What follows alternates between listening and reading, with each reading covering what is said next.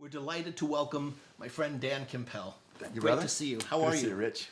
You know, one of the things that I want to start out with, I'm curious, how did you develop an awareness at such an early stage about the value of networking? Well, Rich, the way I developed the concept of networking early on was I observed people around me, and I observed what made people successful, why people were successful, and I began keeping sort of a tally of properties or attributes that these people had. And one of the things I noticed really early on was in our business, people who were successful were people whom others wanted to become successful. So I was very aware early on that people chops were a part of it. Also, coming up in the music business, I had tremendous mentors, people who really assisted me in my concept of what this business was about. So I had terrific people to observe all the way up. And one of the things I observed was they all had tremendous people skills.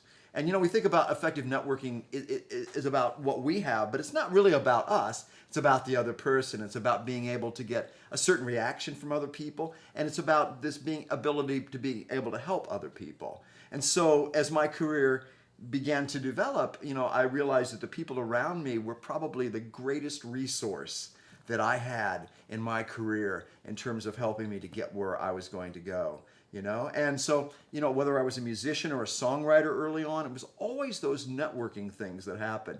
I always like to talk about, I probably wrote 500 songs before I got a song recorded. And the reason I got a song recorded the first time out was my co-writer knew a hairdresser who was working for an artist and got the song directly there. So as much as we like to think we can come from outside of a business, we can't. We have to be inside of it, and we have to have a lot of people around us who support us and who are going to help us and who are going to get us and are going to take us to the next level.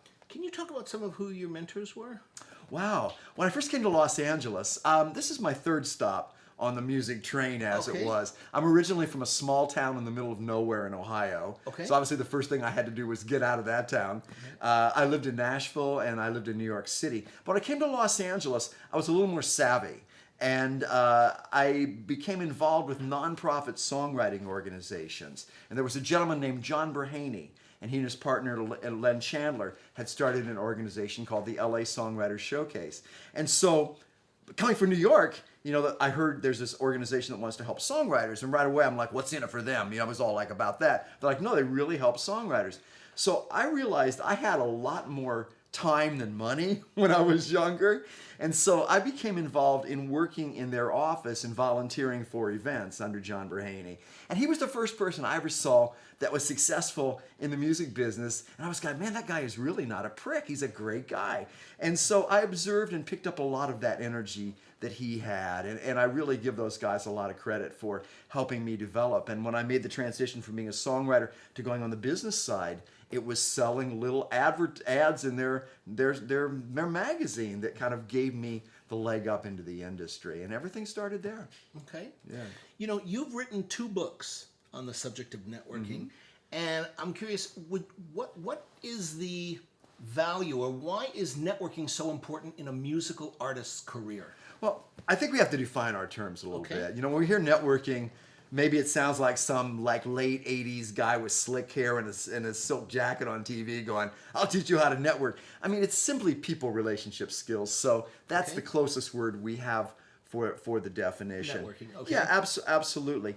But the reason it is important is that as music people, we cannot exist in a vacuum, you know? And so what is around us, attaching yourself, sharing history with people, when you come up together with people. And that's what happened in my career, is I came up around people and I came up with people, and as they became more successful, I became more successful. And as I became more successful, they became more successful. So the whole concept of what networking is, you know, it's what comes naturally to us on so many levels. And, you know, certain people are just better at it than other people. I think it's more difficult for people who sometimes come from the creative side to really express themselves and to want to go out there and to be a presence. And so, you know, I work with people on the industry side. I work with people who are musicians, who are composers, and a lot of times people who have a great deal of technical ability are very limited in the networking thing because it's what they can control. You can control a mix if you're producing a record. You know, you can control the sound, but you can't control what happens in a social environment. So the networking thing, I encourage people to go out, to be a part of organizations, to be involved socially, to keep their heads up. Because a lot of people's worlds are right here on a little itty bitty screen as they walk down the street. You're going to miss something real important if you're there. Interesting. You know, I heard you talk about certain personality aspects, and I'm wondering, are there certain personality types that are more successful at this or that work better at it than others? Sure. I think when people are extroverted, naturally extroverted, I think that's a big part of it. But I broke down in my book, Networking Strategies, I broke down sort of like 10 to 12 attributes of successful music industry people.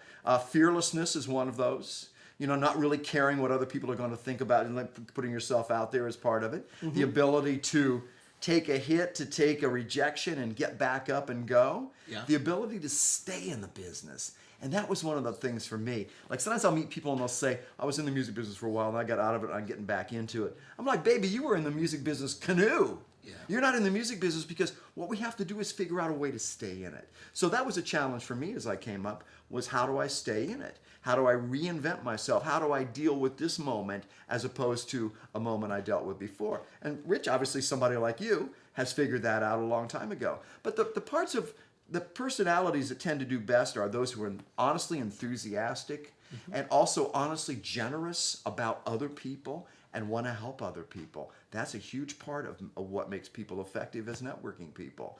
It's what's inside, not what's outside. Okay, so it's more not a consciousness or a personality type, but a consciousness about others. Yes, about having to do with other people. But again, I talk about this is the entertainment industry. So it's really essential to maintain that you are an entertainer, that you are entertaining as a person.